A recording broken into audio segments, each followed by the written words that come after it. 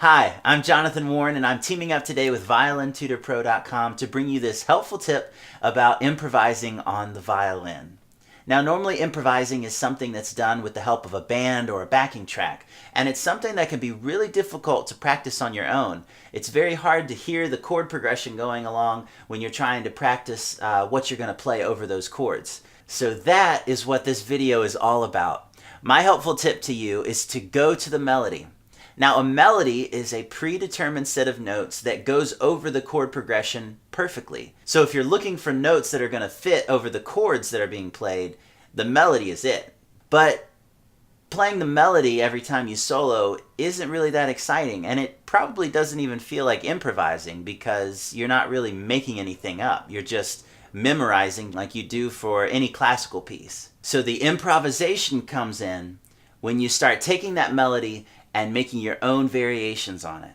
So let's start with a melody for this that I'm sure we all know. It's one of the first melodies that I'm sure most of us learned to play on the violin when we first played, Twinkle Twinkle Little Star. I'll just do the first bit of it for you.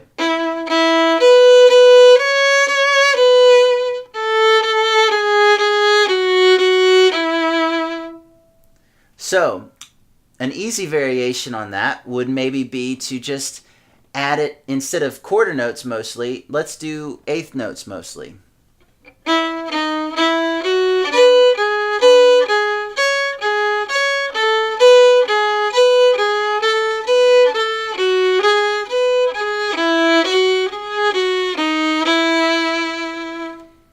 Okay, now you might not get that right away sounding the way you want it to, so you might have to practice that. That's where the practicing comes in. Let's change it up a little bit. Let's do more than just adding notes. Let's put some slurs in there. Let's change the way we bow it, maybe the way we feel the rhythm a little bit. But let's try and remember what the melody is that we're playing and make sure we don't lose that in all of our practicing here. So.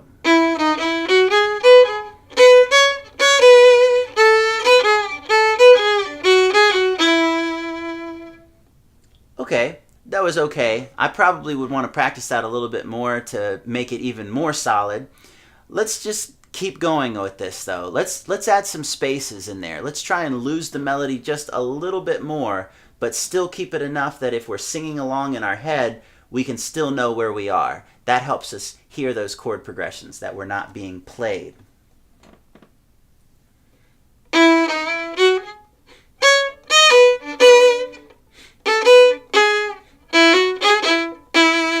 Don't think too much about right or wrong notes. Just keep the melody in your head as you're playing, and if you start doing something that makes it very difficult to find the melody in, stop, go back to the melody, and start again. And just come up with more and more variations and ways to play the melody. This is how some of the early New Orleans jazz styles came about. They would play these melodies that everybody knew, but they would do their own variations on them. Now I'm going to improvise for you without having practiced, just letting myself relax a little bit, keeping the melody in my head, and if I ever get lost, I'm going to go back to the melody. I can kind of show you what that practicing would look like. All right?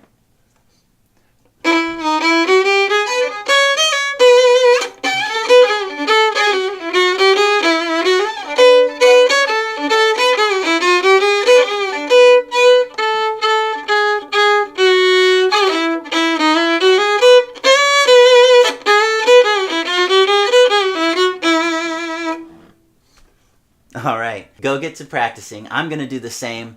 Play around with it. You're not going to get it on the first go. It's going to be something that you're going to work at a little bit. You're going to find what rhythms work for you, find what sounds work for you, and find your own style in this. Next time you play that song with a band, you'll have some good ideas to go back on for your solos.